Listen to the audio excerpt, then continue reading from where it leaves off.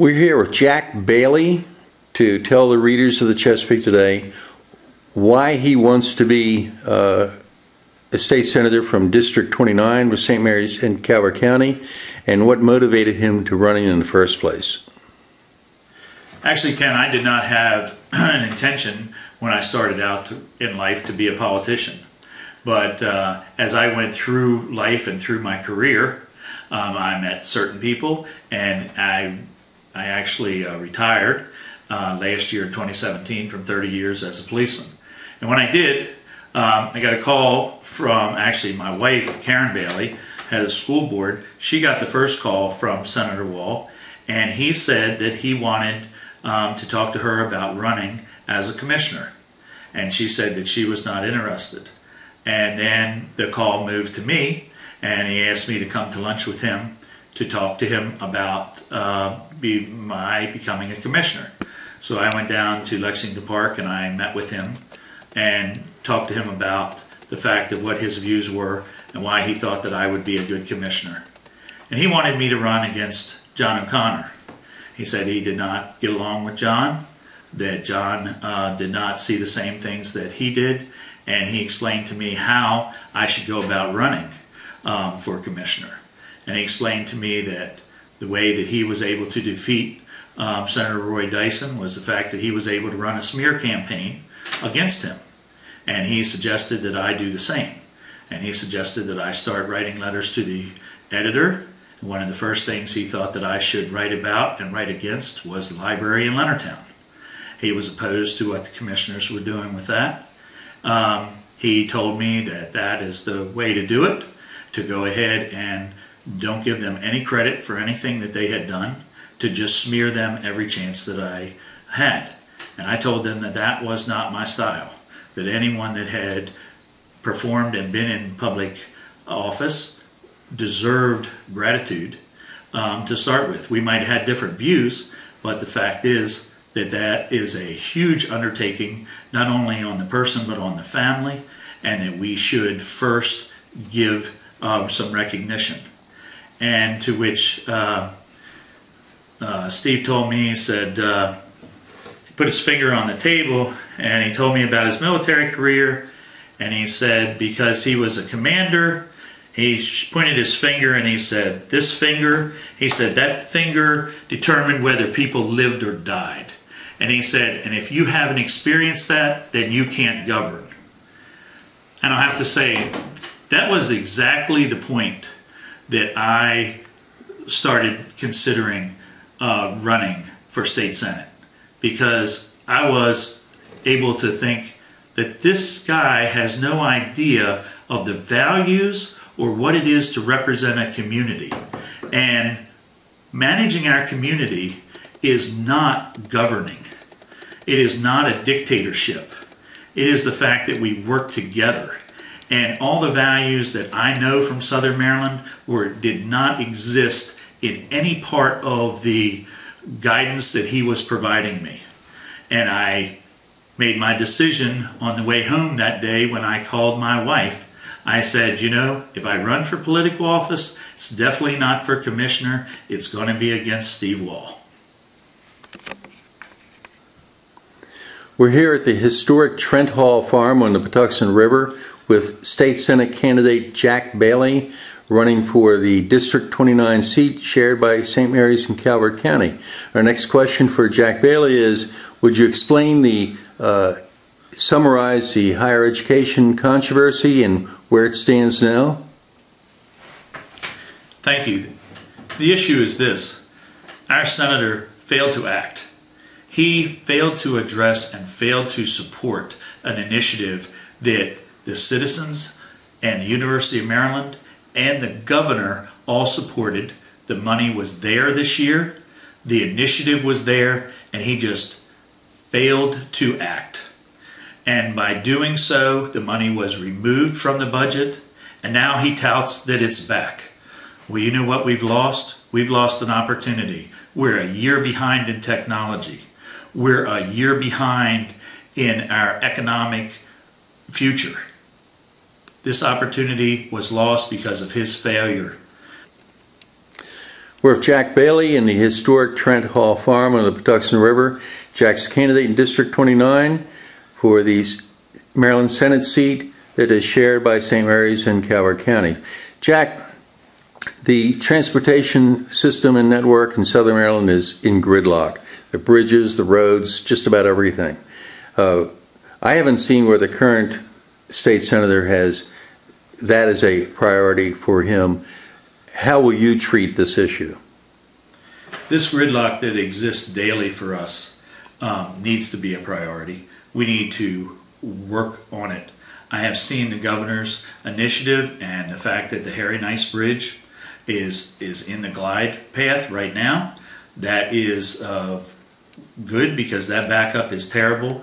But the fact is, if you go to Webster Field and try to get back to Leonardtown in the afternoon, or vice versa, getting down there in the morning with Great Mills Road, we are in total gridlock.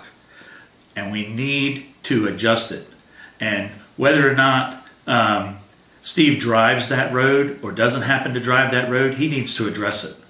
Thomas Johnson Bridge, we have got to make progress with that, and it can't be put off any longer. We need to address that issue. So it was 1988.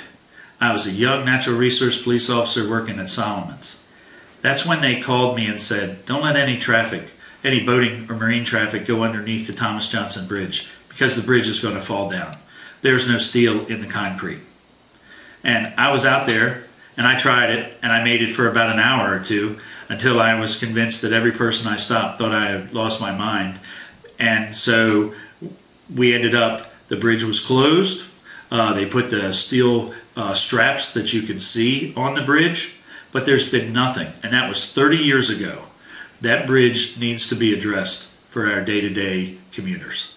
The Thomas Johnson Bridge, let's not forget to mention the fact that it's an evacuation route, right, from any natural disaster, anything that occurs with the nuclear power plant, anybody getting out of Southern Maryland, right? Right now we are in total gridlock.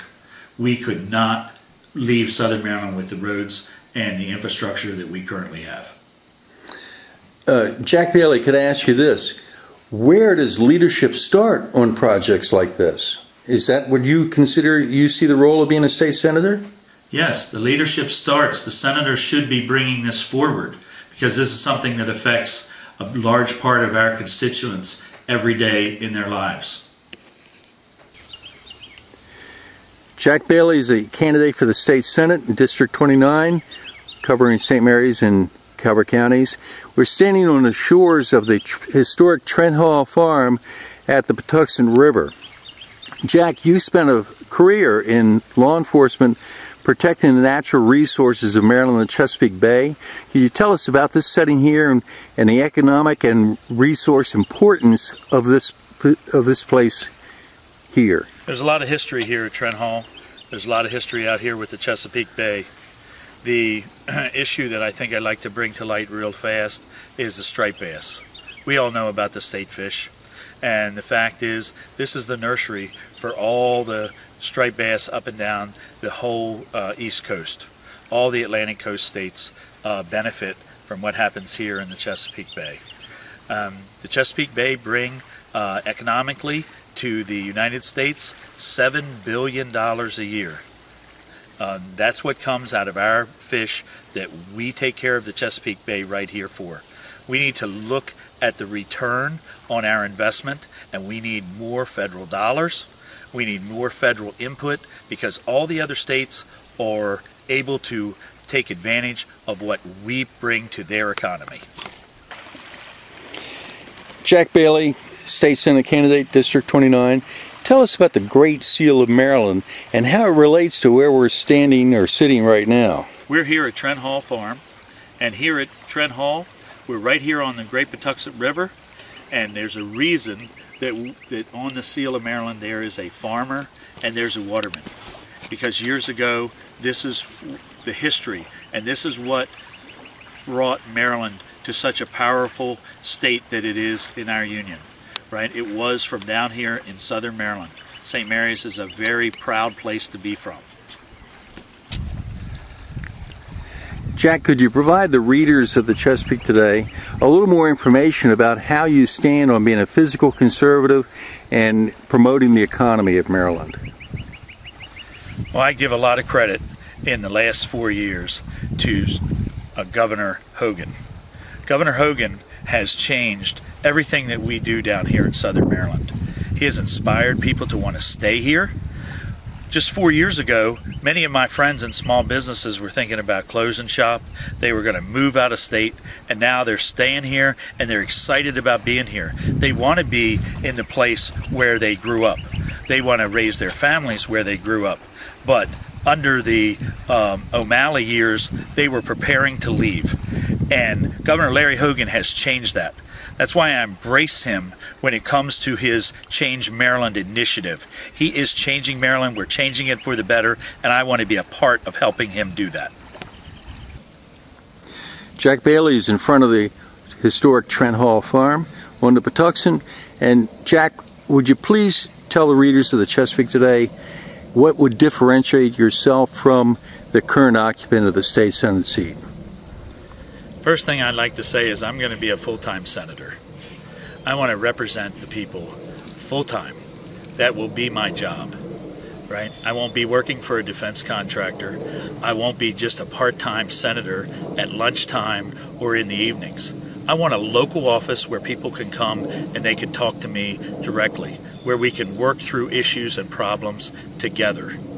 That's what I offer. I want to be available, approachable, and I want to be committed to the problems of working together. I want to be right in Leonardtown.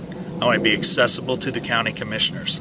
I want to be accessible to the people and the other leaders, the leaders when it comes to our schools.